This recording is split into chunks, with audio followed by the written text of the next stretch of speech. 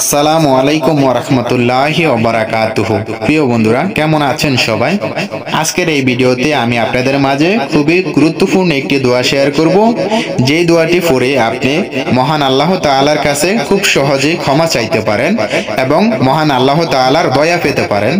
এবং হাদিসে এসেছে, যে ব্যক্তি এই দোয়াটি বারবার পাঠ করবে সেই ব্যক্তির উপর মহান আল্লাহ তাআলা রহমত নাজিল করে দিবেন। সুবহানাল্লাহ।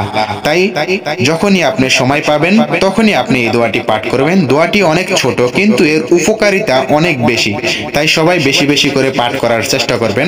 দোয়াটি হচ্ছে রাব্বিক ফিরলি ওয়ারহামনি।